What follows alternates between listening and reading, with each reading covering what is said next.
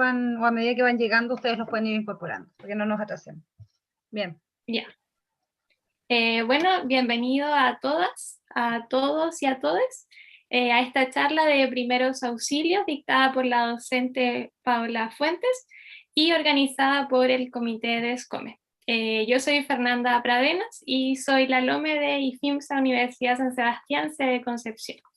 Así que ahora vamos a dejar a la profe a cargo de esta charla y gracias por su motivación y participación. Hola a todos, buenas tardes.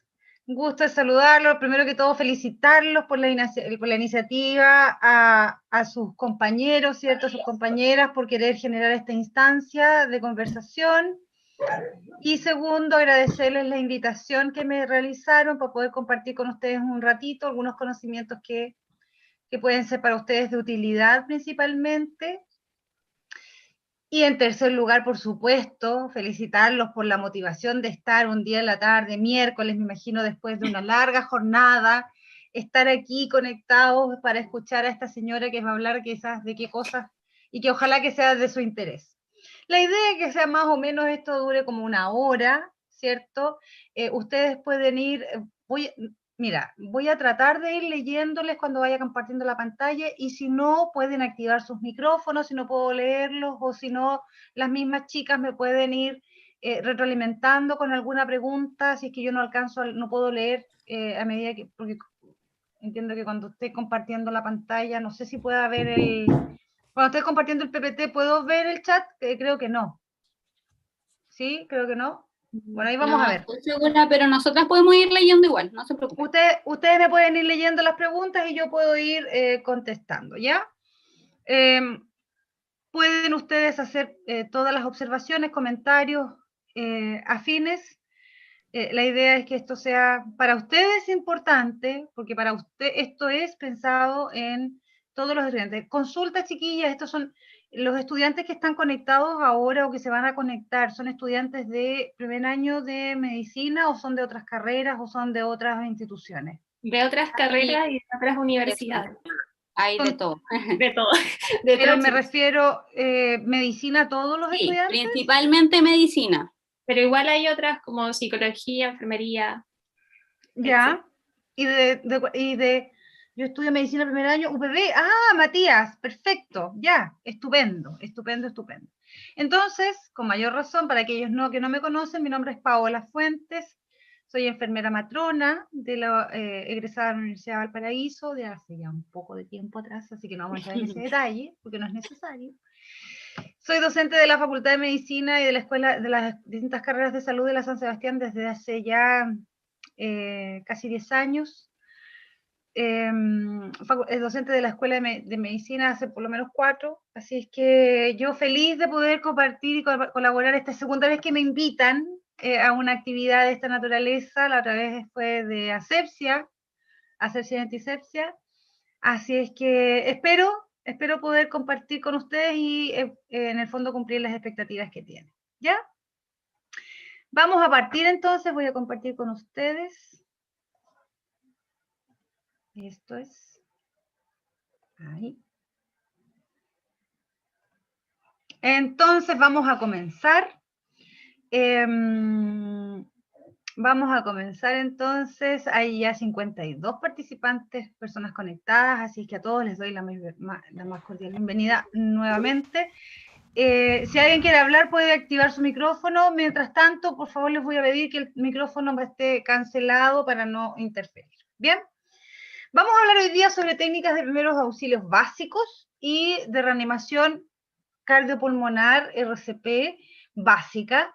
La idea, chiquillos, es darles a ustedes algunos tips, ¿cierto? Algunos conocimientos generales respecto del manejo de los primeros auxilios, qué es lo que es, ¿cierto? Cuáles son las actitudes que debemos tener, qué significa un botiquín, cuáles son las cosas más habituales o comunes o situaciones más graves o comunes que le suceden a la población y que nos obligan a cumplir con ciertas acciones. Y la idea es hablarles un poquito de reanimación cardiopulmonar para que ustedes vean de qué se trata, conozcan de qué se trata, conozcan la importancia de saber hacer algunas cosas, y cuáles son los pasos a seguir, ¿ya? Vamos. Entonces, primero que todo, ¿qué son los primeros auxilios? ¿Ya? Siempre hablamos de los primeros auxilios. Primeros auxilios, chiquillos, es mucho más que colocar un parche curita, ¿ya? O colocar, o hacer, no sé, un vendaje. Esas son acciones, son actividades que vienen a propósito de ciertas acciones que se realizan o del concepto general o global de lo que significan los primeros auxilios. Entendiendo que los primeros auxilios son todas aquellas acciones inmediatas, temporales, oportunas, efectivas, que se van a realizar desde el momento en que se produce un accidente o una descompensación, ¿cierto?, médica, en el caso de un paciente, hasta que llegue la ayuda avanzada o la ayuda especializada. Es decir, todo ese lapso de tiempo, desde que se produce el accidente, el evento médico, la descompensación, hasta que se logra asistir de manera avanzada o especializada a la víctima, es lo que se vamos a denominar primeros auxilios. Todas esas acciones. Por lo tanto, no es solo colocar el parche curita, fíjate. No es solo poner la mano bajo el agua corriente o el agua caliente en caso, porque, no sé, un paciente se accidentó, se quemó. No, no solo eso. Es la valoración, es procurar el traslado, si es que es necesario procurar trasladar a la víctima de un lugar a otro o desde el sitio del suceso hacia un centro asistencial. Por lo tanto, son todas aquellas acciones y técnicas orientadas a que las lesiones de un accidentado o de una víctima de un accidente o de un cuadro médico descompensado no empeoren hasta conseguir ayuda especializada, ¿cierto? ¿Cómo debe darse esta atención? Primeros auxilios, insisto, debe ser lo más inmediata y en el lugar en que se produce el evento, siempre y cuando, obviamente, este lugar no genere o no sea riesgoso, ¿cierto? O genere riesgo para tanto la víctima como el rescatador, ¿sí? Por tanto, al paciente hay que movilizarlo si es necesario, sí, pero solo lo que es estrictamente necesario para poder brindar una atención que sea de calidad y segura, ¿ya? De calidad y segura. Y esto por eso lo puse en mayúscula y con negrita, es que en el fondo una de las premisas de los primeros auxilios es que no causar, y es no causar más daño del que ya existe. Por eso es que es fundamental, es importante el conocimiento, el saber. Saber qué es lo que tengo que hacer, cómo debo, por ejemplo, movilizar una fractura, cómo debo tratar una quemadura, qué es lo más importante en una hemorragia. ¿Ya? Por ejemplo, en el fondo, no generarle más daño a la víctima del que ya existe o del que ya tiene. ¿Ya? Esas son como algunas atenciones, algunas consideraciones o tips de los primeros auxilios. ¿Qué también es importante? La conducta tanto del rescatador, en este caso, como de qué es lo que debo hacer, ¿sí? Nunca abandonar a la víctima en este caso. Está hablando de accidentado, porque uno por general asocia primeros auxilios con accidentes, ¿sí? Con lesiones. Pero también puede ser una persona que requiera asistencia médica, ¿ya?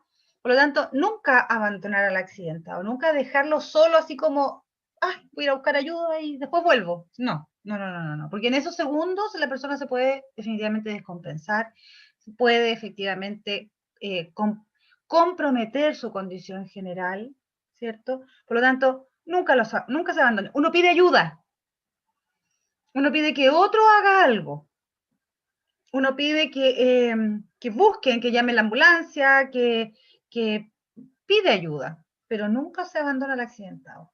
Aquí es importante, en este segundo punto, revisar a la víctima e identificar las lesiones. En muy poco minuto, en muy poco rato, en un intervalo corto de tiempo, ojalá, no más de 10 segundos, mira lo que te estoy diciendo, poder identificar condiciones básicas de estado general de la víctima, Es decir, que debo tratar de, en un periodo muy acotado de tiempo, para no perder, porque aquí la premisa, chiquillo, es que cada segundo cuenta, la premisa es no agregar más lesiones del que ya existen, ¿cierto? No transformarme tampoco en una segunda víctima, esa también es una importante, es importante desde el punto de vista de bases, ¿cierto?, conceptuales de los primeros auxilios, no transformarme en una segunda víctima. Entonces, en un periodo acotado, realizar identificación de lesiones, revisar a la víctima e identificar sus lesiones, es decir, identificar cuáles son las probables situaciones o condiciones o lesiones que pudieran poner en riesgo la condición vital del paciente, que al final es lo que nosotros queremos. ¿Sí? Averiguar, también es importante averiguar si alguien conoce al accidentado. Fíjate tú, o cuando hay una persona que se descompensa o que tiene algún compromiso de su condición general, bueno, preguntarle al paciente o preguntar al entorno, ¿cierto? Preguntarle al entorno si es que alguien lo conoce, si conoce algún antecedente médico, si toma algún medicamento. Hay situaciones en que es necesario o es importante saber, por ejemplo, si la víctima tiene algún trastorno o tiene algún tipo, es usuaria de algún fármaco o de algún medicamento particular, o tiene alguna patología particular, como por ejemplo diabético, epiléptico, cierto, asmático, personas que pudieran eventualmente, a propósito de su cuadro médico, tener alguna descompensación. Importante también saber si lo conocen, si alguien lo conoce, porque así también se puede pedir contactar a la familia, ¿ya? También importante como conducta a seguir es mantener la temperatura corporal. Yo no sé, pero me imagino que sí, o están aprendiendo, la importancia de la temperatura corporal. El cuerpo, la fisiología, ¿cierto? Probablemente los estudiantes que son de cursos más avanzados podrán ayudar después confirmando aquello. La fisiología o los procesos metabólicos, para ella un poquito más profundo, los procesos metabólicos que se favorecen más con temperatura corporal adecuada. ¿Y cuál es la temperatura corporal adecuada de todos nosotros? 37 grados, ¿cierto? Claramente nuestro cuerpo, así como produce temperatura o calor, también lo pierde. Y esa pérdida de calor se produce por distintas formas, ¿cierto? Por conducción, convección, evaporación. Hay distintas formas físicas en las cuales el cuerpo humano pierde calor. Y cuando una persona, por ejemplo, cae al piso, se accidenta o se desmaya, por ejemplo, pierde la conciencia y cae al piso, el hecho de que su cuerpo esté en contacto, por ejemplo, con el cemento, con el cerámico, con el piso, hace que pierda calor más rápido. ¿Sí? Además del cuadro probablemente tal de descompensación, si a eso le sumamos una hemorragia, una herida, ¿cierto? Todo eso va a hacer que pierda más rápidamente calor. ¿Y qué va a pasar con eso? La pérdida de calor, en el fondo, se traduce con hipotermia. Y la hipotermia es una de nuestras los grandes fantasmas que nosotros tenemos y de cuales nos tenemos que pelear siempre cuando estamos en primeros auxilios, porque lo que tenemos que favorecer justamente es que el paciente no pierda calor por condiciones externas. ¿Sí? Entonces, ¿qué significa eso? ¿Qué tendré que hacer para mantener la temperatura corporal? Abrigarlo, colocarle una chaqueta encima, por ejemplo, colocarle algo debajo, en la espalda, debajo entre el cuerpo y la superficie, para evitar que haya pérdida de calor. Si tiene ropas mojadas, se las saco, retirárselas, ¿cierto? En el fondo, si es necesario y es mucha la pérdida de calor, abrazar a la víctima, ya definitivamente lo abrazo, hasta que llega la ayuda, ¿sí? Y aunque el paciente esté consciente, no administrar nada por vía oral. Nada, ni medicamentos, ni agüita, ni chocolate, ni agüita con esto, no, nada, ¿ya? ¿Por qué? Porque no sabemos cómo el paciente puede reaccionar, puede evolucionar principalmente, y un paciente que en este momento está consciente, está lúcido, está orientado, está hablando, ¿cierto? Puede en cualquier momento comprometer su estado de conciencia y generar, puede generar, ¿no es cierto?, un cuadro de compromiso de conciencia, y eso inevitablemente hará que el contenido gástrico pudiera eventualmente salir a través del vómito, y eso llevarlo a la vía aérea y generar una aspiración de la vía aérea. Entonces, hay varias cosas que se hacen cuando recién se produce el evento. Primero, buscar las lesiones, revisarlo desde la cabeza a los pies, buscando alguna alteración, alguna deformidad, presencia de hemorragia. Yo siempre les pregunto aquí, en esta parte, la mejor forma de saber si un paciente está respirando es preguntándole cómo se siente. ¿Qué le pasó? Si hay respuesta, es porque el paciente está respirando. Si el paciente me responde, bien, mal, no me acuerdo, el hecho que te responda, que el hecho que revuelva a la respuesta, indica que está respirando. Y ya con eso tenemos harto avanzado. Está respirando, está consciente, está alerta, se acuerda de lo que le pasó, ¿ya? Me indica más encima dónde le está doliendo, si que tiene alguna molestia, se acuerda a lo mejor lo que le pasó o no lo recuerda. Todos esos son antecedentes que yo voy almacenando para poder darle la mejor atención.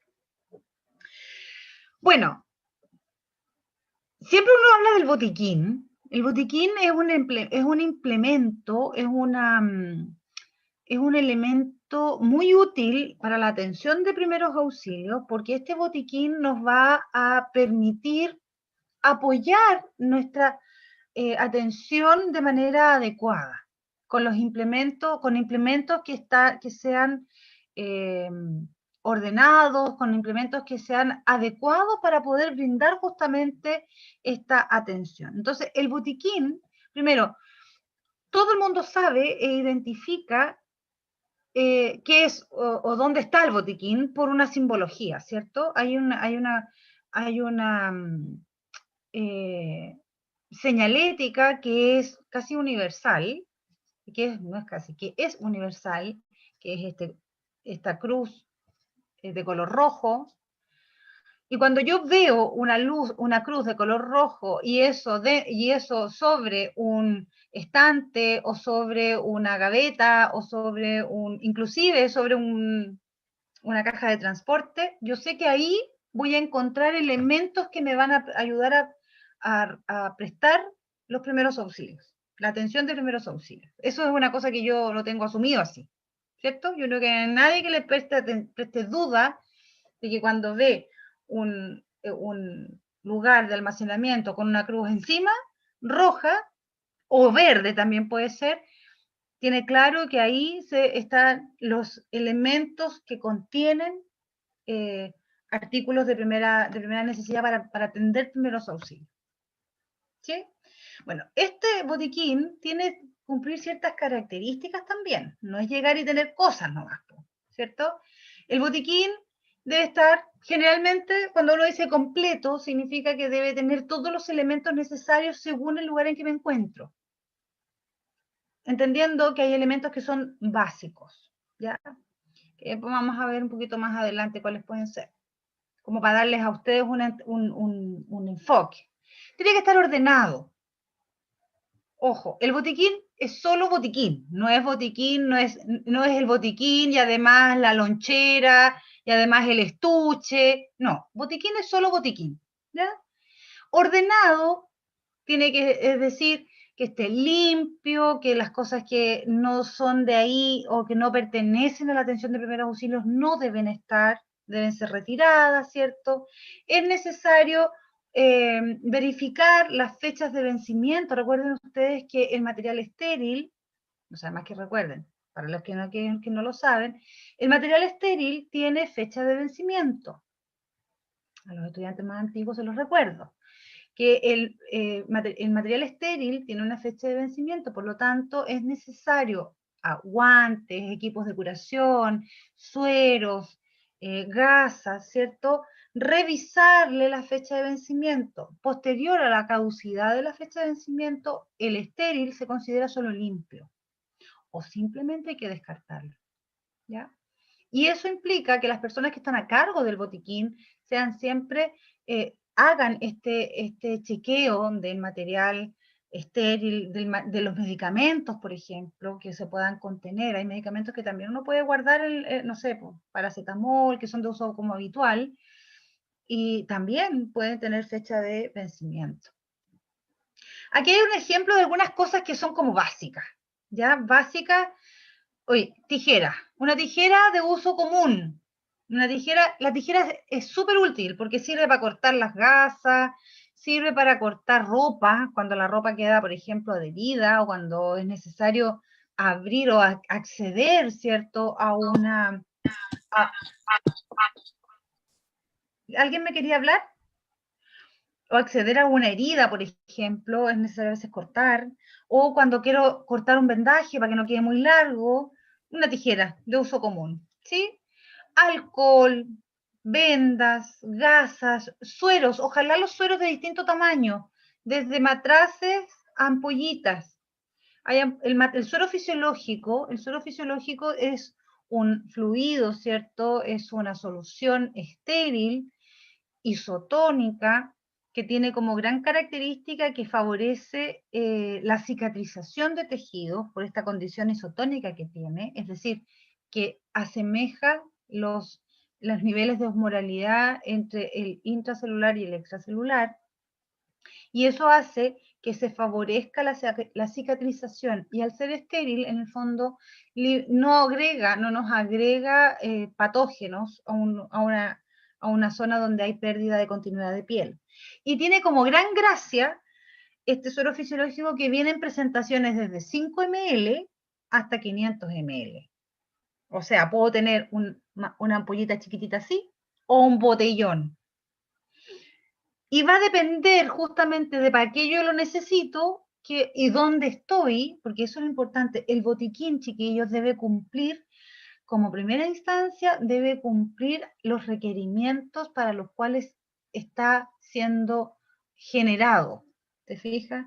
Si yo estoy en un colegio, por ejemplo, y veo un colegio con niños, ¿cuál será el mayor riesgo que yo voy a tener ahí? Por lo general son caídas, ¿cierto? Por lo general son caídas. Caídas, cortes, no sé, luxaciones, guince, cuando los niños juegan a la pelota, o quemaduras, no sé, en el caso de las personas que trabajan en las cocinas de un colegio. Así trabajo o me encuentro en no sé, en una actividad con adultos mayores.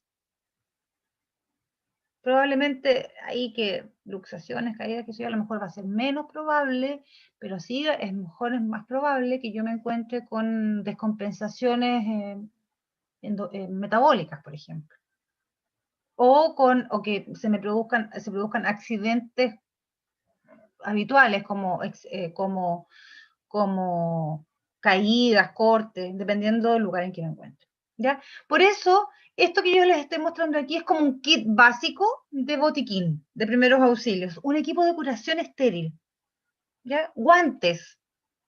Recuerde usted que los guantes se utilizan para protección mía, principalmente, por lo tanto es una barrera protectora.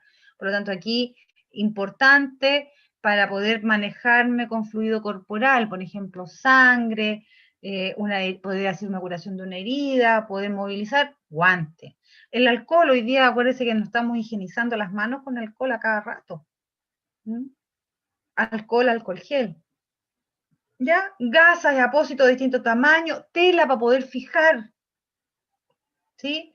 Podemos tener también tablitas o tablillas para poder hacer inmovilizaciones de dedos, ¿ya?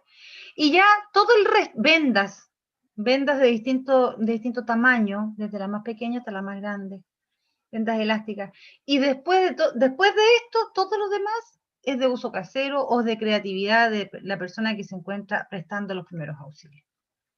Vamos a hablar un poquito de las heridas. Las heridas, bueno, son esta pérdida de continuidad de la piel, y como ustedes ven, tienen distintas características, porque todo va a depender de el agente causal, es decir, qué es la que la provoca. Las heridas son probablemente uno de los primeros auxilios más comunes que uno tiene que brindar, porque todo el mundo en algún momento tiene un corte, o tiene una lesión, o tiene una lesión de piel, o de pérdida de continuidad de la piel, y obviamente cada una de esas va a significar por lo general un momento en el cual haya que brindar o prestar alguna atención. Como les digo, las heridas pueden tomar nombre según el agente causal, y también la gravedad también obviamente va a depender justamente de la energía con que se produce el contacto, ¿cierto?, entre la piel y el objeto, o entre el organismo y el objeto, la profundidad y la cantidad la superficie que abarque, ¿ya? Claramente que hay heridas que son más graves que otras, ¿ya? Y aquí, ¿qué es lo importante de todo esto? Más que en este caso, no voy a entrar en el detalle de hablar de cada una de estas heridas, ¿sí? Lo que sí es importante es qué es lo que vamos a hacer con estas heridas. Hay heridas que son superficiales, como en el caso de las heridas abrasivas, que son estas que se producen en que solo se libera la primera capa de piel, se lesiona la primera capa de la piel, que son muy dolorosas. Esta es la típica del raspillón por caída de bicicleta, ¿cierto? Es el raspón en el brazo, en el codo, son muy dolorosas y tienen como gran riesgo que se infectan harto, ¿ya? Todo el resto de las otras heridas, las abulsivas, cortantes, penetrantes, ¿cierto?, va a depender de la profundidad y del elemento que la provoca, el nivel de gravedad. Ahora, ¿qué se hace con las heridas en general? Primero hay que limpiar la zona. La zona tiene que quedar lo más limpia posible, sobre todo si son heridas abrasivas en que por lo general va acompañado de tierra, de materia orgánica, ropas que van quedando ahí. Segundo, por supuesto, mantener una correcta higienización de manos. Cubrir, y aquí en el caso de las heridas es importante considerar presencia de hemorragias, si es que se producen por un cuerpo son heridas profundas, ¿cierto? Cubrir con un apósito, una gasa lo más estéril posible, y dependiendo de la profundidad, es decir, donde profundidad y extensión, trasladar. Y como yo les decía, aquí en el caso de las heridas, no puedo dejar de hablar de heridas sin hablar de hemorragias, dado que dependiendo del agente causal, es decir, lo que provoca una lesión de pérdida de una herida, pudiera haber eventualmente una ruptura de algún vaso sanguíneo que lleve sangre hacia el exterior. Y es ahí donde hablamos de hemorragias. Lo importante es que en todas las hemorragias el tratamiento es la compresión, es decir, yo aprieto la herida, aplasto la herida, ¿ya? Ahora, la diferencia de tiempo y de dónde voy a tener que comprimir la va a dar el tipo de hemorragia, entendiendo que tenemos tres tipos: hemorragias arteriales, venosas y capilares. La diferencia va a estar dada, o cómo voy a poder identificar cada una de estas hemorragias, lo voy a poder hacer a través de la valoración de la salida de la sangre, es decir, cómo sale la sangre. En el caso de las hemorragias capilares, la salida de sangre, primero, es de poca cantidad y es en forma de gotas. Ese es el típico, no sé, corte en el dedo, ¿sí? Es una herida que es una herida donde hay además una ruptura de vasos sanguíneos capilares, ¿ya? También podemos tener hemorragias venosas, y ahí vamos a ver una pérdida de sangre en forma salida continua, de color rojo oscuro. Recuerde usted que las venas no tienen pulso, no son contráctiles, por lo tanto, la sangre sale en forma de napa, se transmite, ¿cierto? Se transfunde de manera continua. Y la sangre, las hemorragias arteriales, sin duda, y creo que son las más son las más graves, debido a que en pocos minutos el paciente puede efectivamente exsanguinizarse. Obviamente que va a depender del tamaño del vaso sanguíneo, pero es una hemorragia donde la hemorragia arterial es grave, puede poner en riesgo vital a la víctima en pocos minutos, por lo tanto es una emergencia. En el caso de las hemorragias venosas, nos da un poco más de tiempo, dado que con la compresión inmediata sobre el lugar es más fácil controlar la hemorragia, ¿cierto? En el caso de las arterias, de las hemorragias arteriales, como la salida es intermitente por esta forma pulsátil que tiene la arteria, evidentemente es más fácil que también se cueste detener la hemorragia. Entonces la salida va a ser por el manejo va a ser compresión. En el caso de las arteriales se comprime sobre la herida y por el punto anterior arterial, es decir, si yo tengo una herida, por ejemplo, voy a ponerme la mano aquí, si yo tengo una herida aquí en la muñeca, aquí en el brazo, arterial, ¿cierto? Que afecta a la arteria radial, por ejemplo, lo que yo debiera hacer es elevar la extremidad y comprimir en el punto arterial anterior, es decir, a nivel del codo, ¿ya? En el caso de las venosas, y en tiempo de entre 5 y 10 minutos, ¿ya?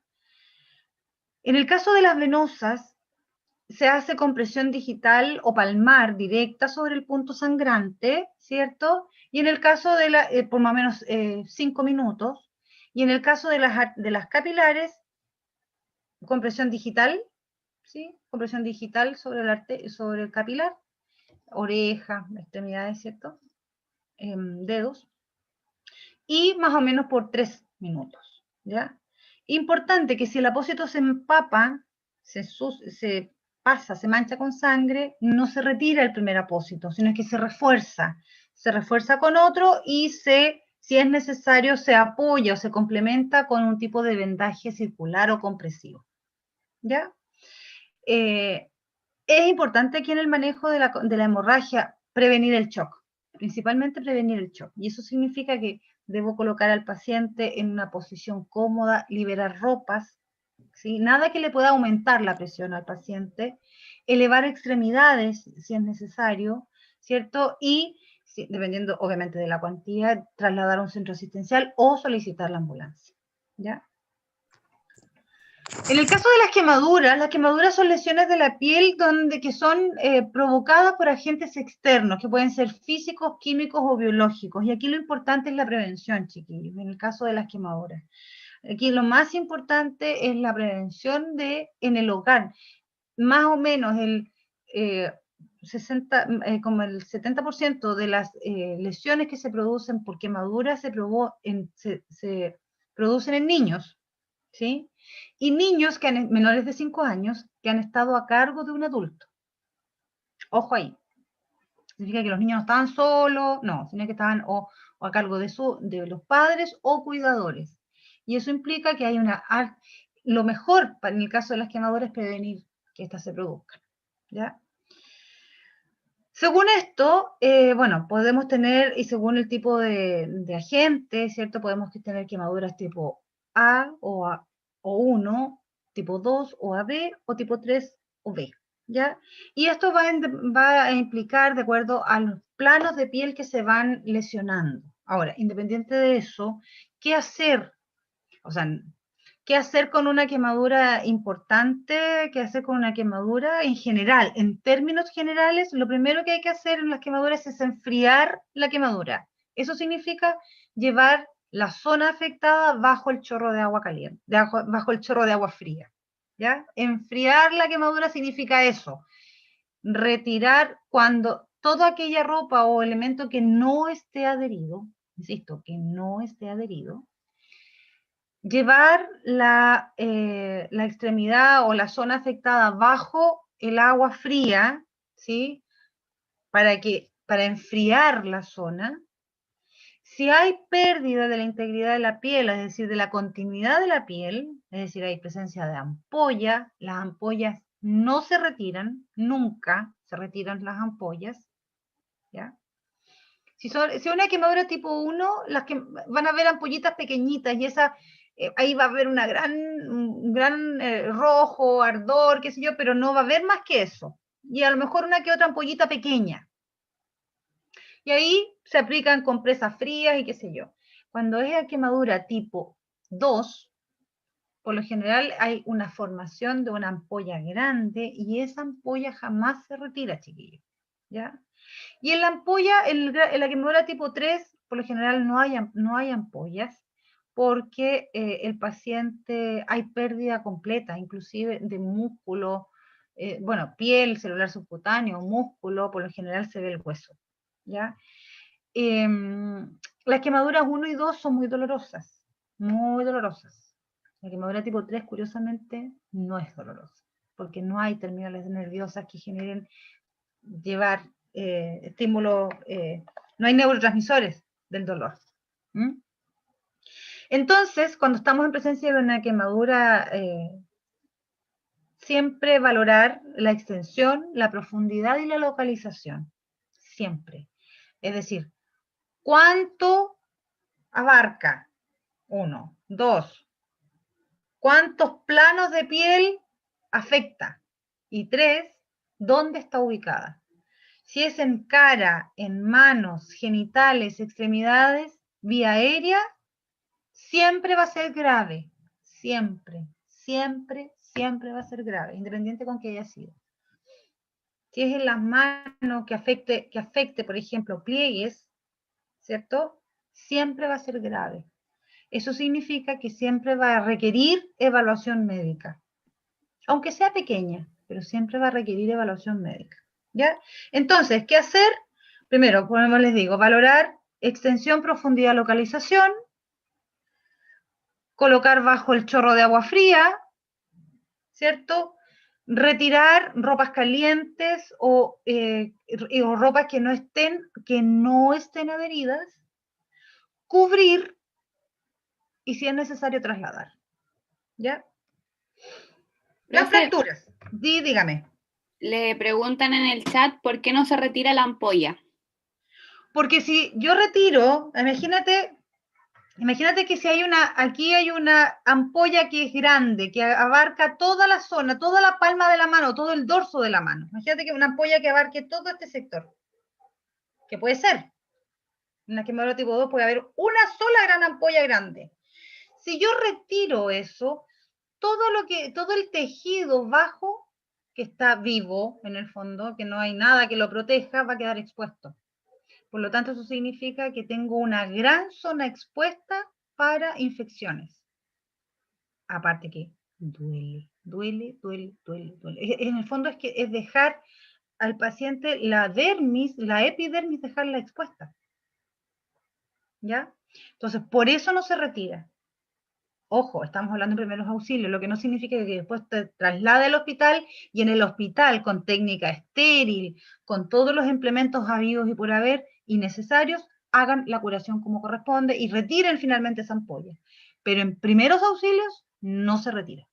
¿Ya? Las fracturas, ¿cierto? Las fracturas es la pérdida en el fondo de la continuidad del hueso, podemos tener las fracturas abiertas y cerradas. Lo más importante aquí, chiquillos, es manejo del dolor, ¿ya? Y en el caso de las fracturas abiertas, prevenir infección y prevenir hemorragia. Por lo tanto, cuando hay una fractura abierta, ¿qué es lo que debo hacer? Cubrir, tratar de controlar la hemorragia, si es que hay, y segundo, cubrir con un apósito estéril, con lo más limpio que tenga en ese momento, en ese lugar, para poder trasladar a la víctima a un centro asistencial, porque claramente con una fractura expuesta tengo que trasladar. Bien, el tratamiento para una fractura es inmovilización.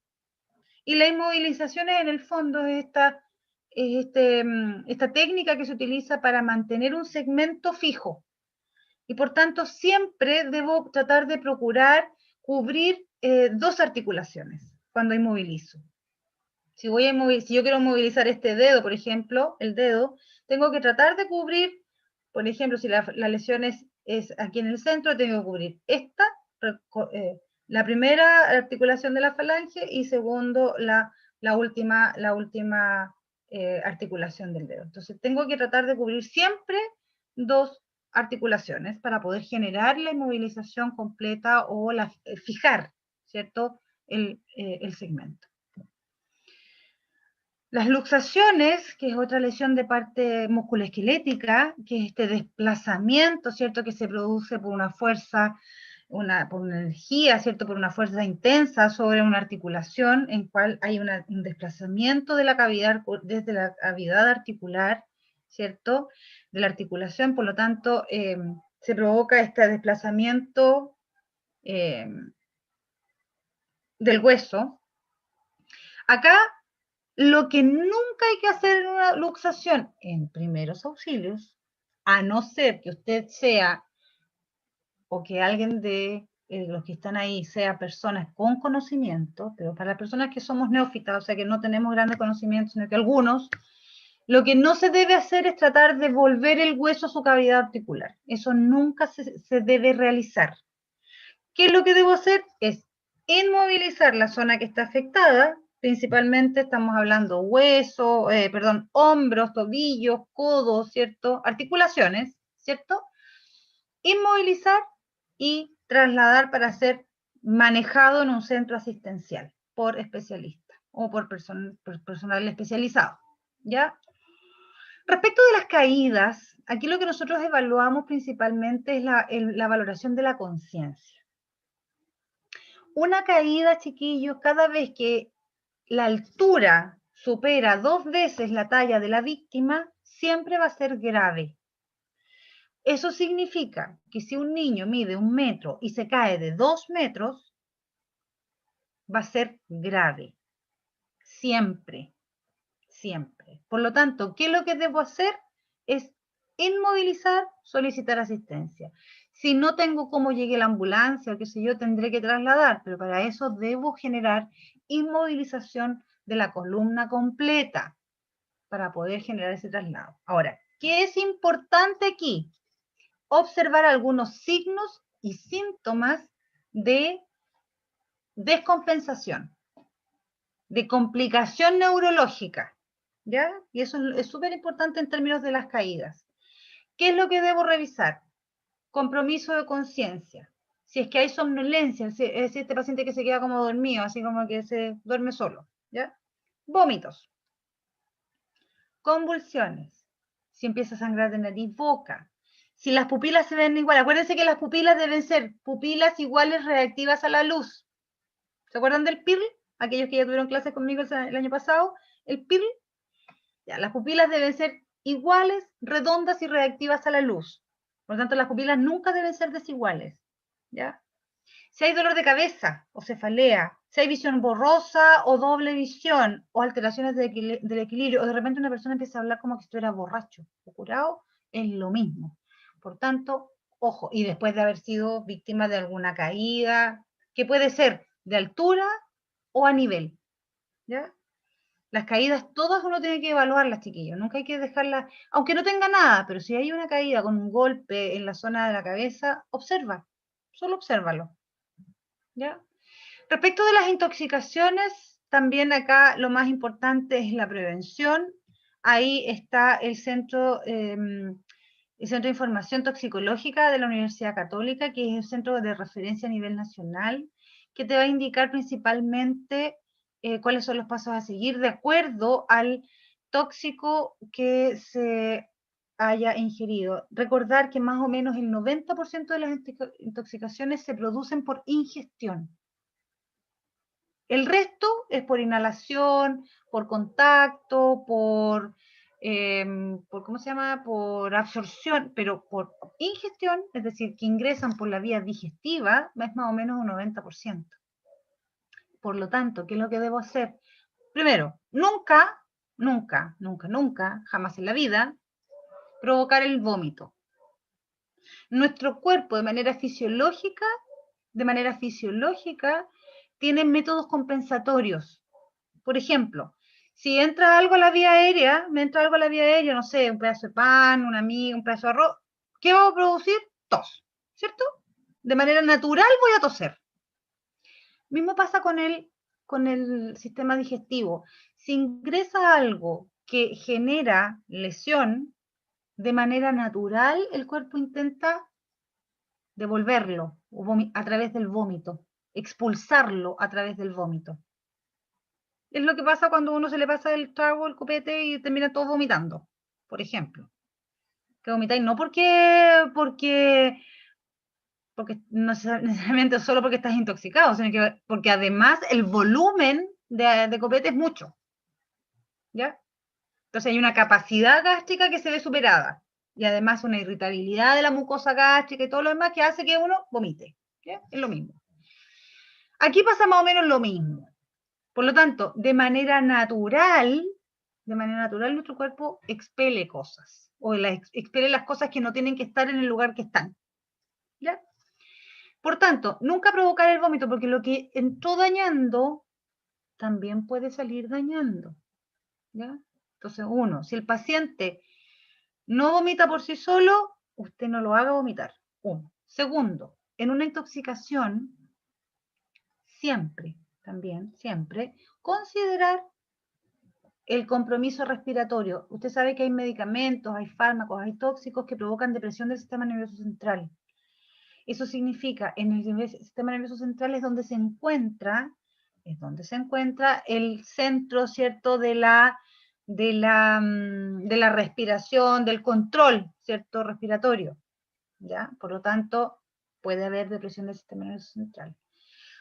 Si hay cambios de conducta en la víctima, en la persona que está, ojo con eso, porque puede haber lesión importante y compromiso de conciencia, ¿ya? Entonces, nunca provocar el vómito,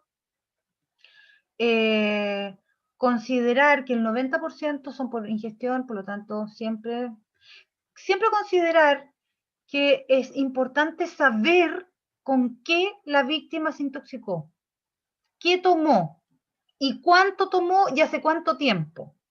Porque es importante conocer la cantidad, el tiempo de exposición para poder determinar los niveles de absorción y qué es el fármaco para poder definir justamente cuáles son los efectos esperados, los efectos adversos que se pueden dar de esta ingestión. Importante cuidar siempre la vía aérea. Un paciente intoxicado puede vomitar y por lo tanto al vomitar y con compromiso de conciencia puede fácilmente llevar o caer parte de ese contenido gástrico a la vía aérea y eso hacer que el paciente obstruya su vía aérea y no pueda respirar normalmente, llevándolo a un paro cardiorrespiratorio. ¿Ya?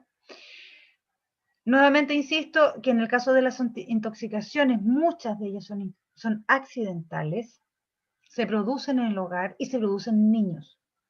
¿Ya? Y también, nunca olvidar que una intoxicación puede deberse a intentos de autoeliminación, es decir, de suicidio, que también son otro factor que es importante, sobre todo que en el tiempo que estamos viviendo hoy día, considerar la alteración de la salud mental también de las personas.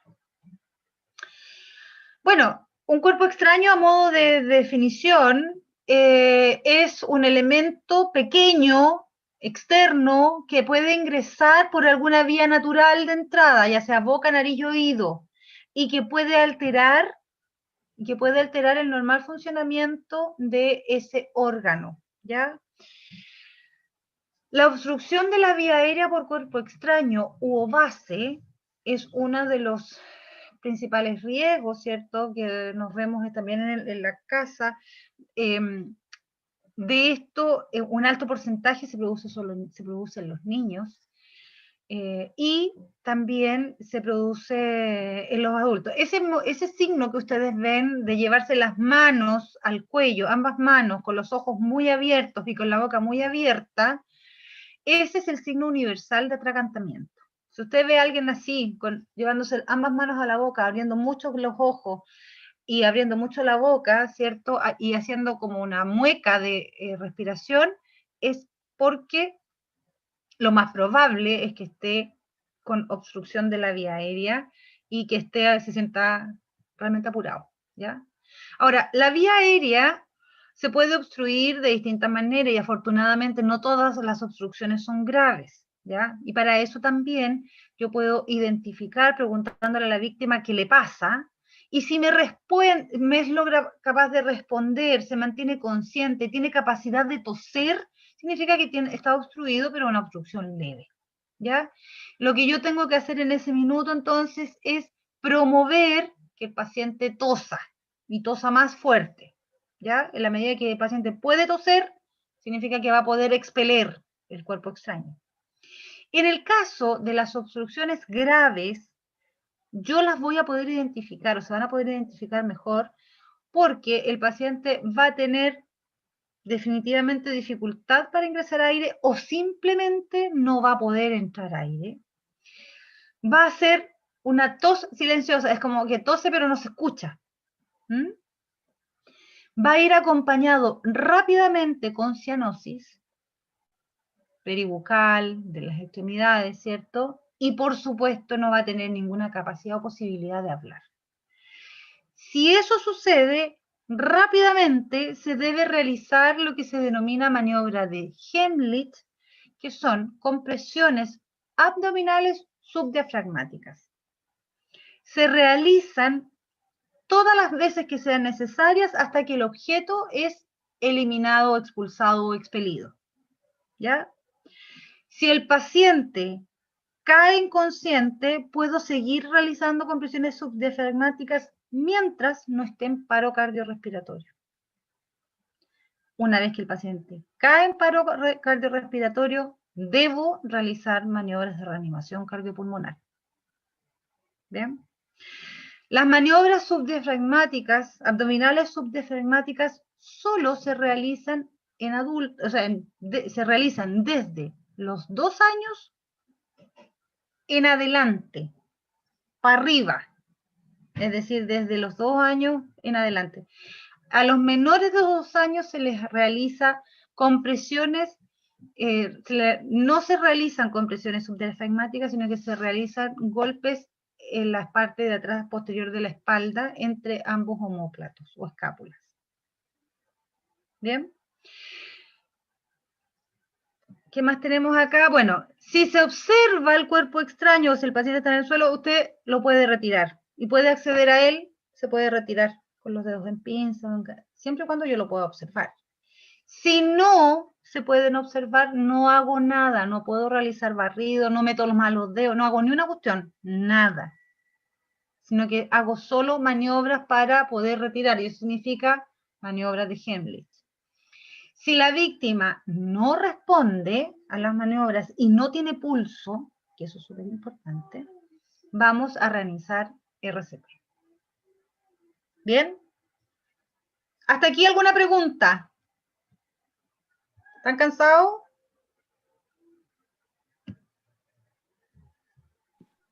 Creo que no hay preguntas, profe, pero vamos bien. ¿No? ¿Vamos bien? Ya. Bien. Entonces, ahora hacemos RCP. ¿Y qué significa eso? ¿Ya? Yo voy a compartir con ustedes, yo había pensado bajarlo para el final, pero yo creo que lo voy a mostrar ahora. No, lo dejo para después. ¿Qué dicen ustedes? Profe, Dígame. le preguntan cómo identificar el paro. Ah, vamos para allá. Vamos para allá. Respire. Vamos para allá. ¿Cómo vamos a identificar el paro cardiorrespiratorio? Y eso es súper, mira, justo lo que viene ahora. Un paciente se encuentra en paro cardiorrespiratorio ¿cuándo? A ver, primero, el paro cardiorrespiratorio, la parada cardiorrespiratoria, es el cese de funciones del corazón y los pulmones. ¿Sí? Es decir, no hay función del corazón. La función del corazón es bombear sangre, porque se contrae y bombea sangre. La función de los pulmones, claramente, es hacer intercambio gaseoso, es oxigenar la sangre, ¿cierto? Cuando no se produce eso, es porque el corazón y los pulmones se encuentran en paro. ¿Y cómo yo lo identifico? Súper importante. Hay 3 pasos o 3 signos importantes. Primero, que no responde a estímulos. Es decir, le hablo, me acerco a la víctima, lo muevo, le hablo, le pregunto qué le pasa, cómo está, dónde es, y no hay respuesta. No hay respuesta, ninguna respuesta. No responde el dolor, no hay respuesta. No respira o tiene respiración agónica. No respira significa que al no haber respuesta a estímulo, claro, puede que esté solo con pérdida de conciencia, no necesariamente esté en paro, pero además tengo que verificar si no respira. ¿Y cómo voy a hacer eso? Observando la elevación del tórax. Recuerde usted que cada ciclo ventilatorio está compuesto por la inspiración y la expiración, ¿cierto? Eso es un ciclo ventilatorio. ¿Y cómo se manifiesta eso? Con la elevación del tórax. Entonces, no respira y no eleva el tórax o tiene una respiración que es agónica, una respiración que en el fondo lo que único que hace es mover la boca, pero no hay movimiento del tórax. Y tercero, ausencia de pulso. Ausencia de pulso que voy a identificar dónde en la zona del cuello, en la arteria carótida en particular. ¿Y por qué ahí y no en la muñeca, en la arteria radial? ¿Por qué ahí y no allá? Porque la arteria carótida es el último pulso que desaparece, es un pulso central, no periférico, a eso me refiero, y porque además es la encargada de enviar sangre al cerebro. ¿Ya? Entonces así voy a identificar, no responde al estímulo, no respira y tiene ausencia de pulso central. La reanimación cardiopulmonar básica tiene como principal objetivo, ¿cierto?, mantener una oxigenación mínima cerebral a través del masaje cardíaco externo. Importante, chiquillos, reconocer que en los adultos el 80 al 90% de las patologías que provocan paro cardiorrespiratorio son de origen cardíaco. Y entre esas, ¿cierto? Y entre esas, las más importantes tienen relación con con alteraciones de la conducción eléctrica, del estímulo eléctrico que recibe el músculo cardíaco, ¿ya? El resto son por deterioro respiratorio o por otras causas, pero es importante que este dato lo guarde por ahí, porque después usted va a entender por qué se hacen ciertas cosas que hay que hacer, ¿ya?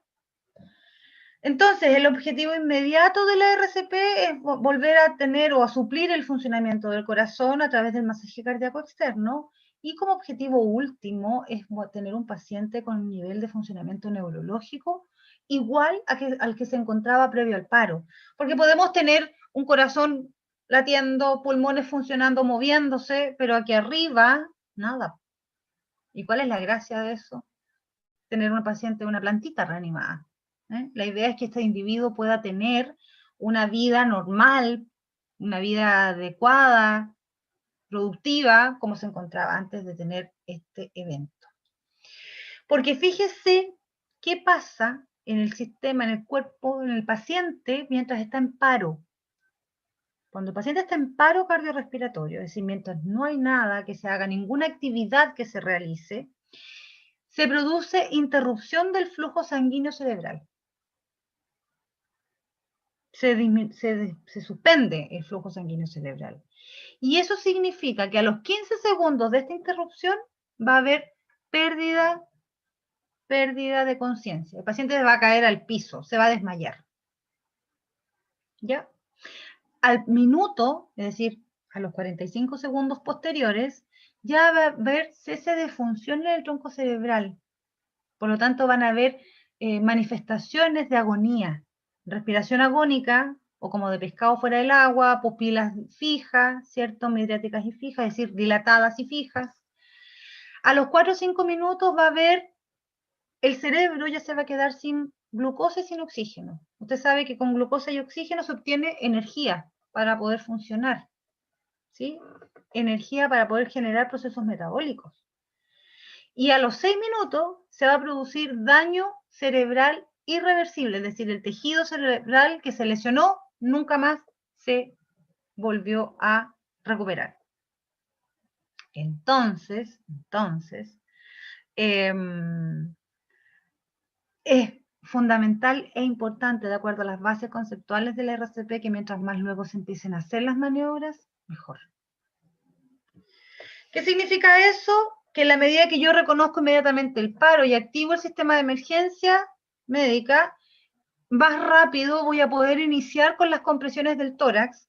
Estas compresiones tienen que tener, ¿cierto?, un énfasis en las compresiones, va a tener que tener énfasis en que sean efectivas, profundas, efectivas, rápidas, ¿cierto? Y debe, cuando se activa el sistema de emergencia, solicitarle un desfibrilador externo automático para realizar una desfibrilación lo más rápida posible. ¿Qué significa eso? Que en cuanto llega el DEA, lo uso. ¿Ya? La activación del sistema de emergencia significa tomar el teléfono y marcar el 131. Es decir, solicitar que se venga la ambulancia. Y va a depender de donde usted viva, donde usted se encuentre, cuánto tiempo se demore en llegar. Puede que demore 5 minutos, como puede que demore media hora. ¿Ya? Dependiendo también una serie de factores puede hacer que la ambulancia se demore mucho o llegue poco. Y eso significa que va a depender que mientras más luego activo el sistema de emergencia, más rápido llega la ambulancia y el paciente puede ser trasladado a un lugar adecuado para continuar con su atención. Esto lo vamos a avanzar. Entonces, llame primero, no se olvide, pida ayuda. Y las opciones de sobrevida de la víctima van a estar dadas principalmente por la activación del sistema de emergencia, comenzar la RCP precozmente y operar el DEA. ¿Ya? Voy a mostrarles un video que quiero que vean. ¿Dónde está aquí?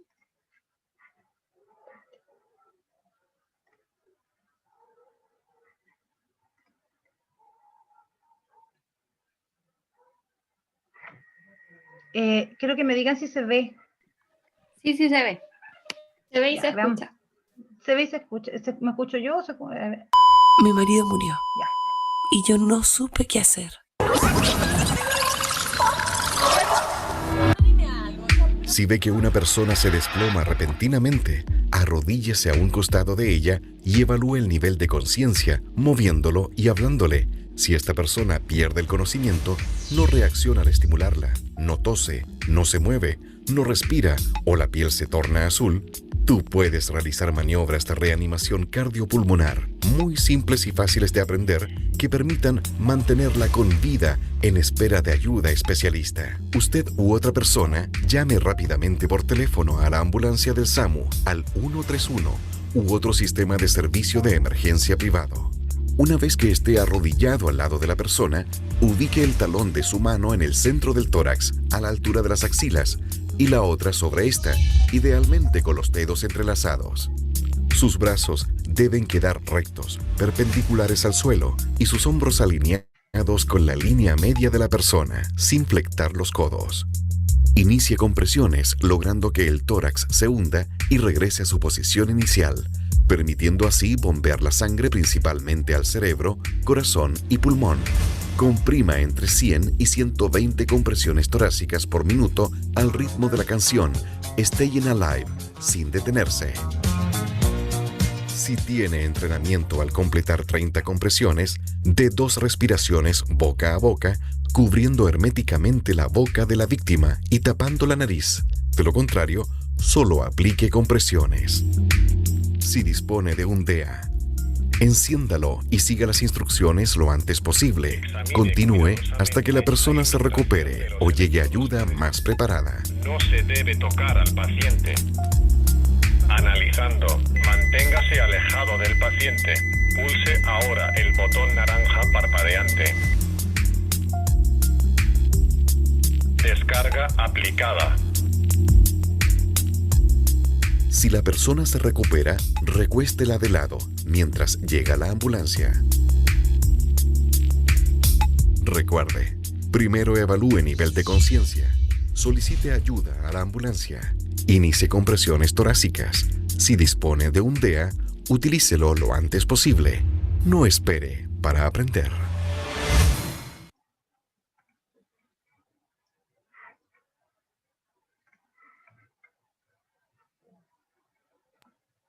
Bien. Bien, chiquillos.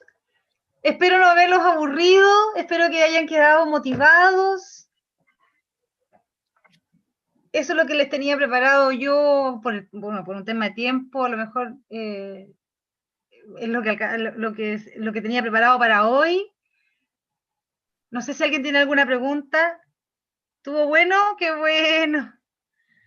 A ver, tengo una duda respecto, Vicente dice, en serio, gracias chiquillos, gracias a todos por sus buenas palabras. Déjenme ver, a ver qué dice el Vicente. Tengo una duda respecto a medicamentos en caso de ataques cardíacos. ¿Sería una buena medida recomendar a la población? Es que primero no son, la nitroglicerina no se usa en todos los pacientes porque va a depender de algunas cosas, de algunos factores, ¿sí? Aquí estamos hablando de primeros auxilios. En primeros auxilios nosotros lo que hacemos es tratar a las personas con los recursos que tenemos. Si es un paciente cardiópata, por ejemplo, que utiliza fármacos de uso habitual, sí, úsenlo. Pero si no, no nos expongamos a situaciones que después no se puedan manejar. La nitroglicerina ayuda bastante con el dolor cardíaco, pero tiene otros efectos secundarios, como por ejemplo la hipotensión.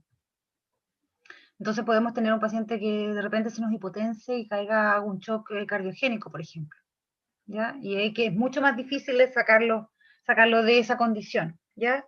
Mejor trasládelo lo más rápido posible. ¡Qué bueno, Carolina! Qué bueno que fue explicativo. La verdad es que traté de no hablar tan rápido para no aburrirlos y que me pudieran seguir la idea y que les quede, por lo menos tratar de abarcar tópicos que me interesa, que creo que son los más importantes. Profe, yo tengo Dígame. una duda ¿Sí? con respecto a las caídas. Usted habló de que igual los pacientes pueden tener como somnolencia y ahí uno ¿qué hace? ¿Mantenerlos despiertos? Sí, la idea es mantenerlos despiertos y si hay cambios de la conducta, trasladarlo a un servicio de urgencia para evaluación neurológica. Ya, perfecto. Muchas gracias por la charla, también estuvo muy buena. Qué bueno, me alegro. Qué bueno. Gracias, Luca. De nada. Encantada. Gracias, Agus. Por YouTube igual le dicen que la charla estuvo súper buena, es muy completa y bien explicada. Qué bueno. Muchas gracias a todos por todas sus buenas palabras. Eso para mí también es una retroalimentación súper positiva. Así que feliz de poder acompañarlos. Muchas gracias, profe, también por aceptar la invitación y por la charla que estuvo muy, muy buena. Encantada. Clarísimo. Qué bueno. Un abrazo a cada uno de ustedes. Gracias, Mati. Un abrazo a cada uno de ustedes y nos estamos